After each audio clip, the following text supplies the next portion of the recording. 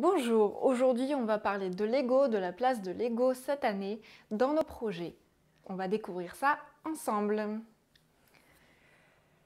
Alors, l'ego. Fais attention à ton ego. Il t'induit en erreur dans tes projets. Alors c'est comme tout, l'ego a le côté positif qui te fait avancer, qui te donne le courage de surmonter les épreuves, qui te donne l'envie, qui te donne l'audace. Et il a son côté négatif qui active la colère, la frustration, l'amertume. Et quand tu avances avec ce côté négatif de l'ego, tu n'es pas dans ton évolution d'âme. Quand tu es dans ce côté négatif de l'ego, tu n'es pas dans ta responsabilité, dans la responsabilité de ton incarnation. C'est quoi être dans la responsabilité de son incarnation? C'est faire les choses en étant dans son cœur et avec amour. C'est être tourné vers soi, pas dans le côté narcissique, c'est être dans le retour à soi pour répondre à ses besoins, répondre à ses attentes. Toujours être dans son cœur, positionné dans son cœur, centré dans son cœur, avoir un bon ancrage à la terre. Alors, comment on réussit notre année avec notre ego et en allant chercher notre ego positif? C'est le retour à son cœur et un indice qui nous montre qu'on n'est plus dans notre ancrage, qu'on n'est plus dans notre cœur, c'est quand on se sent éparpillé, quand on a envie de sauver les autres, quand on a envie de sauver le monde. C'est quand on a envie de sauver tout le monde, mais qu'on ne se sauve pas soi-même. Là, on n'est pas dans le bon côté de l'ego. Parce qu'en fait, l'ego, il fait quoi? L'ego, il va nous éloigner de nous parce que lui, il a peur du changement. L'ego a peur du changement. L'ego a peur de la rencontre avec nous-mêmes. Donc, il va faire des choses pour nous éloigner de nous-mêmes. C'est pas malveillant, au contraire, c'est que lui, il pense bien faire. Mais il y a une autre source de pouvoir en nous. Elle est dans notre cœur. Notre cœur, c'est la voie vers notre âme. Et notre âme, elle veut quoi? On est incarné, on s'est incarné parce que notre âme a besoin d'évoluer. Et en recevant les messages de notre âme, on va arriver à évoluer. Et là, ce qu'on nous demande, c'est de mener notre année, et notamment ce début d'année, ce mois de janvier, février, mars, ce début d'année-là, de le mener avec notre ego positif. Et en ce début d'année-là, dès le mois de janvier, de revenir à nous, de revenir dans notre centrage, de revenir dans notre incarnation, de revenir à la connexion à notre âme. Comment on fait pour se connecter à notre âme? Eh bien, on vient se connecter à son cœur. Rappel, vous pouvez aller consulter la méditation du cœur. Quoi d'autre par rapport à cet ego? J'entends, ne vivez pas vos émotions dans l'excès négatif, dans l'excès de colère, dans l'excès d'amertume, de frustration, surtout de la colère. On parle surtout de la colère. Donc je ne sais pas s'il y a beaucoup de colère en vous en ce moment. Allez voir au-delà de la colère. Qu'est-ce qui se cache derrière la colère? Quel cadeau vous avez à trouver derrière la colère? C'est quoi le sentiment positif lié à l'amour qui se cache derrière cette colère? C'est-à-dire, quel est votre besoin derrière? Quelle est votre envie? Qu'est-ce qui vous fait vibrer? Qu'est-ce qui vous fait vibrer positivement derrière cette colère? Allez voir, creusez ce qui s'y cache. Alors, on voit l'image de la colère. La colère, c'est comme la respiration. C'est comme si tu passais ton temps à inspirer et que tu n'expirais jamais. Au bout d'un moment, tu étouffes. Donc en fait, c'est pour me montrer ce mouvement de va-et-vient, d'aller. Tu as le droit d'être en colère, mais va dans l'amour. Même si la colère, elle revient à toi, retourne dans l'amour. Et la colère revient à nouveau, retourne dans l'amour. Il y a ton ego qui vient, retourne à ton cœur. Il revient, tu retournes à ton cœur. Il revient à nouveau, tu retournes à ton cœur. Et tu fais des va-et-vient comme ça. Inspiration, l'ego est là. Expiration, je m'ouvre à mon cœur, je m'ouvre à moi-même, je vais vers l'amour de moi-même. Donc faire attention à cet ego qui visiblement est très présent en ce début d'année, qui se manifeste beaucoup par la colère.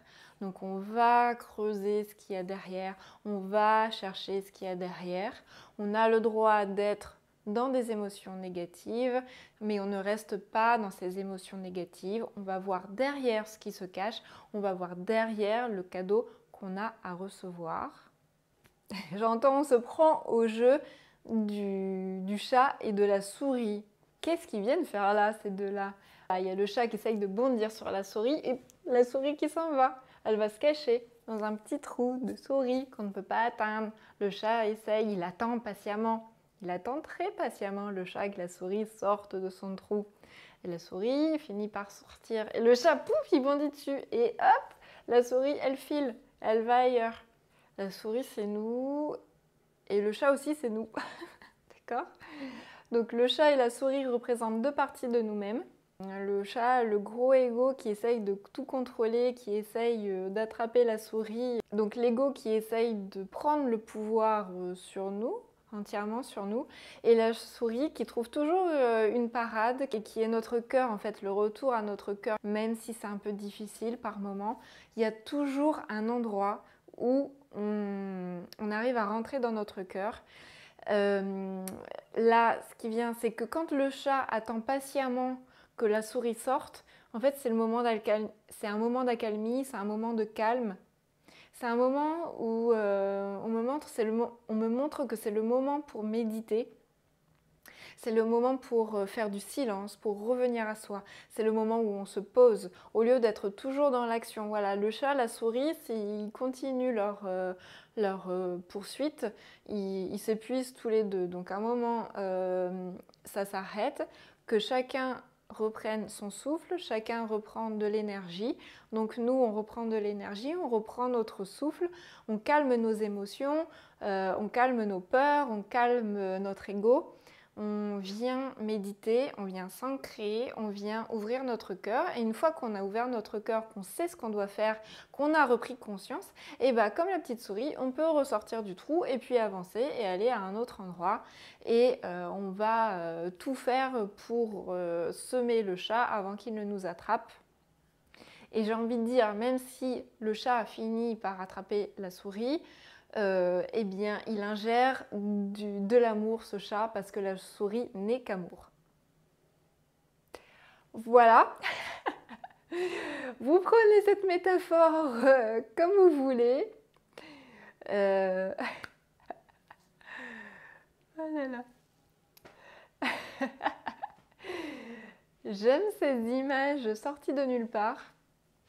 Je n'ai pas de chat et de souris en face de moi à portée de main pour vous les montrer. Hein. Vous imaginez bien la scène.